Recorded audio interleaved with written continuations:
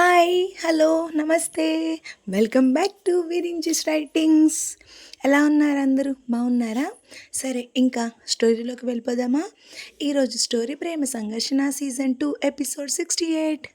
మనోహర్ సంధ్య ఒడిలో తలను వంచి తన చేతులను సంధ్య చేతి వేళ్లతో పెనవేసి ఆటలాడుతూ ఆ రోజు ఈ మౌతాగన్తో పాటు బ్యాగ్లో ఉన్నవి మొన్న నీకు చూపించాను కదా అమ్మ ఫోటోనే, ఇంకా కొన్ని థింగ్స్. ఆ రోజు నువ్వు మౌతాగన్ చూసి వీటిని చూడలేదు, లేకపోతే నీకు ఆ రోజే కాశ్మీర్లో గొడవ చెప్పాల్సి వచ్చేది అని అన్నాడు మనోహర్. నిజమే కదా.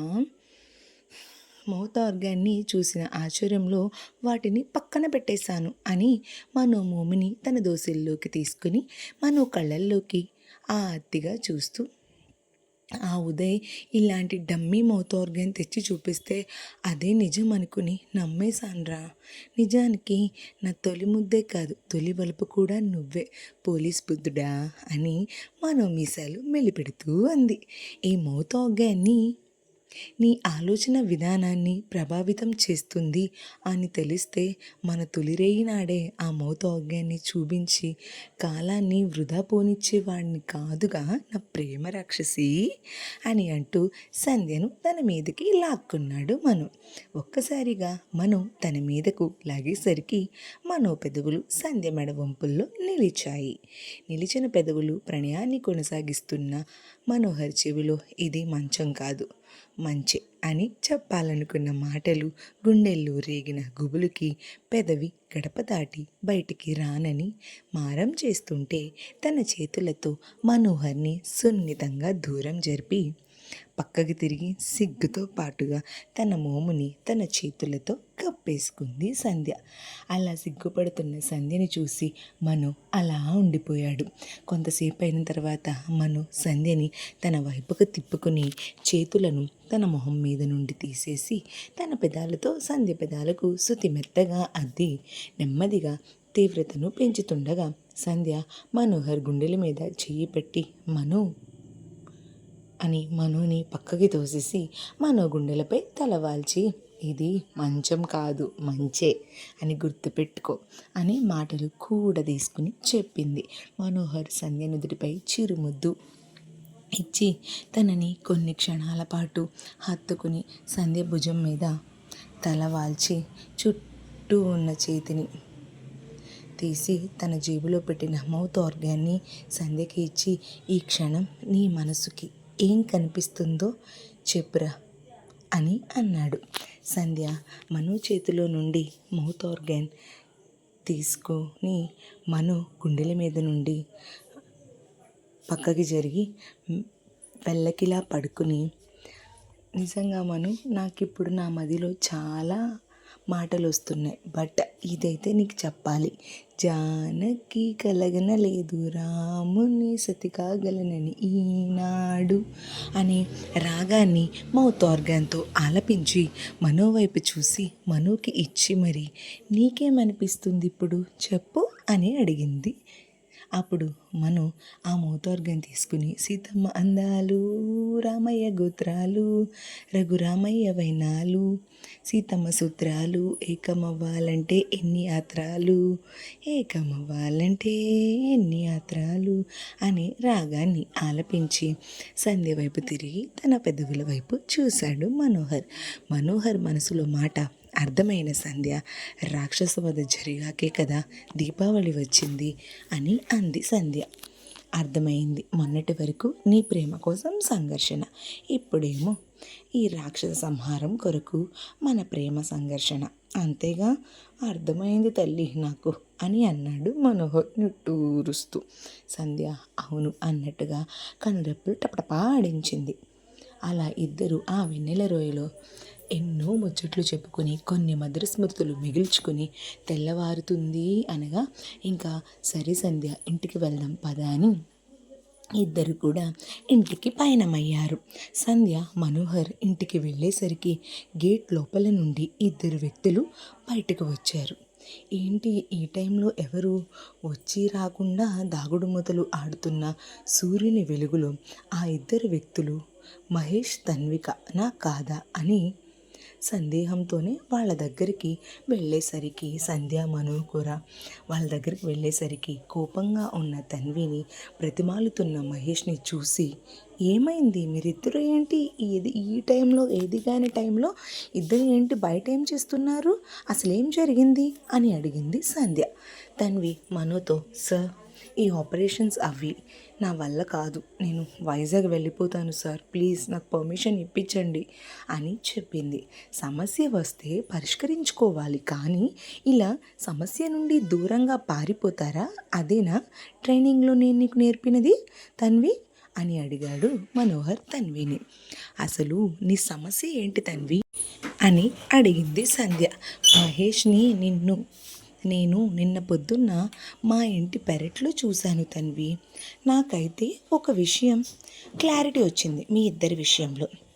నీకు మను అంటే ఇష్టం, ఆ రోజు నువ్వు నాతో ఇంతకుముందు ఉన్న ఇష్టం ఇప్పుడు లేదు అని చెప్పావు, కానీ నువ్వు తనని మర్చిపోలేకపోతున్నావు అని నాకు అర్థమైంది. అది నాకైతే క్లియర్గా అర్థమవుతుంది తన్వి. అందుకే మహేష్ నీ వెనక పడుతున్నా నువ్వు తనని కనీసం పట్టించుకోవట్లేదు అని అంది సంధ్య. అలా కాదు సంధ్య, నీ క్యాలిక్యులేషన్స్, నీ ఆలోచన తప్పు సంధ్య. అసలు తన్వి వైజాగ్ వచ్చింది ఎందుకో తెలుసా?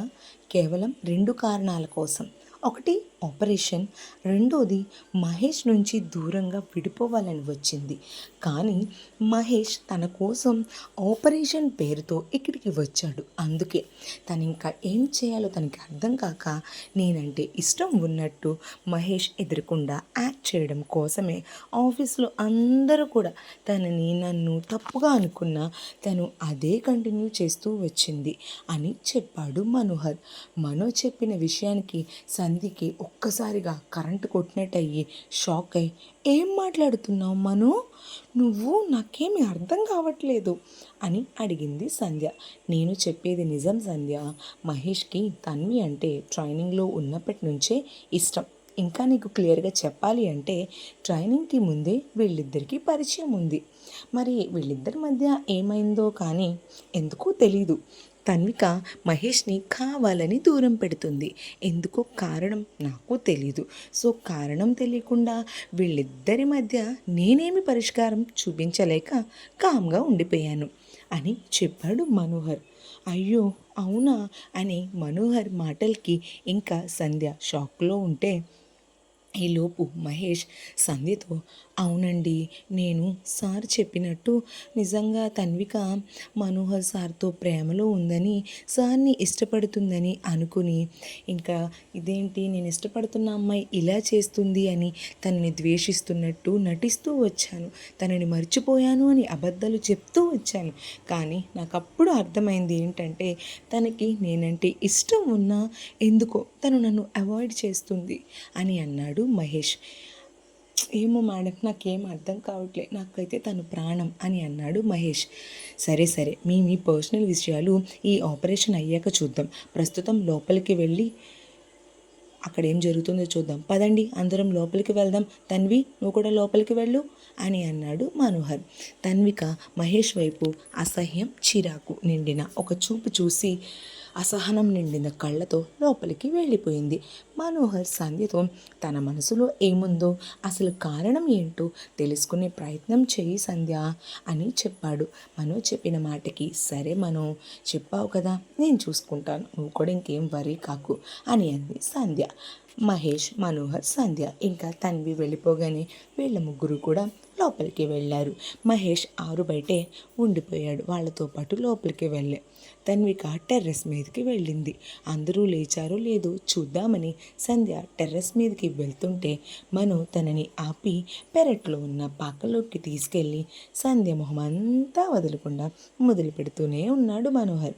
కొన్ని నిమిషాలు అవుతున్నా మను తన పని ఆపకపోతుంటే సంధ్య మను గుండెల మీద కొట్టి దూరం జరిపి, చాలు శ్రీవారు, చాలు చాలు, ఇంత ప్రేమను నేను తట్టుకోలేకపోతున్నా, నా వల్ల కాదు ఇంత ప్రేమ తట్టుకోవడం అని అంది సంధ్య. నువ్వు ఇలా నన్ను ముద్దు ముద్దుగా శ్రీవారు అని పిలుస్తుంటే అస్సలు వదలాలని లేదు తెలుసా సంధ్య, నాకు ఎంత బాగుందో ఆ ఫీల్ అని అన్నాడు మనోహర్ సంధ్యను కవ్విట్లో బంధించి. మను ప్లీజ్ వదులు, ఇప్పుడిప్పుడే వెలుగు వస్తుంది. ఇన్ కేస్ మన బ్యాచ్లో ఎవరైనా వచ్చినా ఇది చూసారంటే మన ఇద్దరినే ఆడేసుకుంటారు, ప్లీజ్ మనో వదులు అని అంది మనోహర్ కౌగిల్ని విడిపించుకుంటూ. ఇంతలో మనోహర్ ఫోన్ రింగ్ అయితే బషీర్ నుండి వచ్చిన ఆ ఫోన్ని చూసి బషీర్ ఫోన్ చేస్తున్నాడు అని ఫోన్ లిఫ్ట్ చేసి స్పీకర్ ఆన్ చేసి కౌగిలి విడిపించుకున్న సంధ్యను వెనుక నుండి హత్తుకునే సంధ్య భుజం మీద మను తన గెడ్డాన్ని ఆంచి మనోతో బషీర్ ఫోన్ చేయగానే మను ఫోన్ మాట్లాడుతున్నాడు. రే మను, 3 వీక్స్ వరకు ఉందామని వెళ్ళిన సంజయ్ 2 వీక్స్ మాత్రమే ఉంటాడట. నెక్స్ట్ వీక్ రిటర్న్ అవుతున్నాడట్రా. ఇప్పుడే మనకి ఇంటెలిజెన్స్ నుంచి ఇన్ఫర్మేషన్ వచ్చింది. అలాగే నీకు ఇది తెలుసా, మీరున్న చోట సైకో అటాక్స్ గురించి తెలుసుకుని అదే ఆయుధంగా వాడుకోవాలని వాడు ప్లాన్ చేస్తున్నాడు అనే విషయం చెప్పాడు బషీర్. ఓహో, వాడి ఆయుధంతో వాడినే చంపే ప్లాన్ వేశాడులే అన్నయ్య మా ఆయన అని అంది సంధ్య. బషీర్ ఒక్కసారిగా లేడీ వాయిస్ వినపడేసరికి ఒక క్షణం షాక్ అయ్యి తేరుకుని, అరే సంధ్య, ఇది నువ్వేనా? నిజమేనా? నేను నమ్మలేకపోతున్నా, ఇంత త్వరగా మీరిద్దరూ కలిసిపోయారా అని ఆశ్చర్యంగా అడిగాడు బషీర్. అవునన్నయ్య, ఈ పోలీస్ బుద్ధుడు తన యొక్క మంచితనంతో అందరినీ ఇట్టే ఆకట్టేసుకుంటాడు కదా, అలాగే తన యొక్క మంచితనంతో నన్ను కూడా ఈజీగా ఆకట్టేసుకున్నాడు. ఇంకా అందరిలాగే నేనెంత చెప్పు ఈ పోలీస్ బుద్ధుడు ముందు అని అంది సంధ్య. నాకు చాలా ఆనందంగా ఉంది సంధ్య, నీ మాటలు వింటుంటే. ఒక్క నిమిషం నేను ఇప్పుడు మీ ఇంట్లోనే ఉన్నా అని వెంటనే బషీర్ లోపలికి వెళ్ళి రజనీ గారిని పిలవడానికి, ఆంటీ ఆంటీ, మనో ఫోన్, మీ కొడుకు కోడలు కలిసిపోయారు అని గట్టిగా అరుచుకుంటూ రజనీ గారిని పిలిచాడు. బషీర్ అరుపులు విని మనో సంధ్య కళ్ళతోనే ఆనందాన్ని పంచుకున్నారు. రజనీ గారు బషీర్ అరుపులు విని, అరే బాబు ఏంటి అరుపులంటే, ఆంటీ ముందు ఇది వినండి, మనో సంధ్యలు కలిసిపోయారంట అని అరిచేసరికి ఆశ్చర్యంతో వెంటనే ఫోన్ అందుకుని, మనో బషీర్ చెప్పినది నిజమేనా నాన్న అని అడిగారు. అవునత్తయ్య, నిజమే అని సమాధానం ఇచ్చింది సంధ్య. సంధ్య గొంతు వినేసరికి రజనీకి ఆనందంతో మాట పెగలలేదు. ఏమన్నావు తల్లి అని అన్నారు ఆవిడ. బషీర్ అన్నయ్య చంపినది మీరు విన్నది నిజమే అత్తయ్య. ఈ సంధ్య ఇప్పుడు సంధ్య మనోహర్ అని చెప్పింది. మరి ఇంత హ్యాపీగా ఉన్నారు వీళ్ళంతా. ఆ సంజయ్ రిటర్న్ అవుతున్నాడంట. ఆ సంజయ్ రిటర్న్ అయ్యి వీళ్ళ యొక్క జీవితాలలో ఏ పెను ప్రభావం, ఏ పెను తుఫాన్ని సృష్టించబోతున్నాడో తెలియాలి అంటే మరి నెక్స్ట్ ఎపిసోడ్ వరకు వెయిట్ చేయాల్సిందే కదా. ఈ ఎపిసోడ్ ఎలా అనిపించిందో నాకు కామెంట్ చేయండి. నా వాయిస్ ఓవర్ ఇంప్లిమెంటేషన్ ఏమైనా చేసుకోవాలి అంటే కూడా నాకు సజెషన్ ఇవ్వండి. మా ఛానల్ని లైక్ చేయండి, షేర్ చేయండి, సబ్స్క్రైబ్ చేయండి.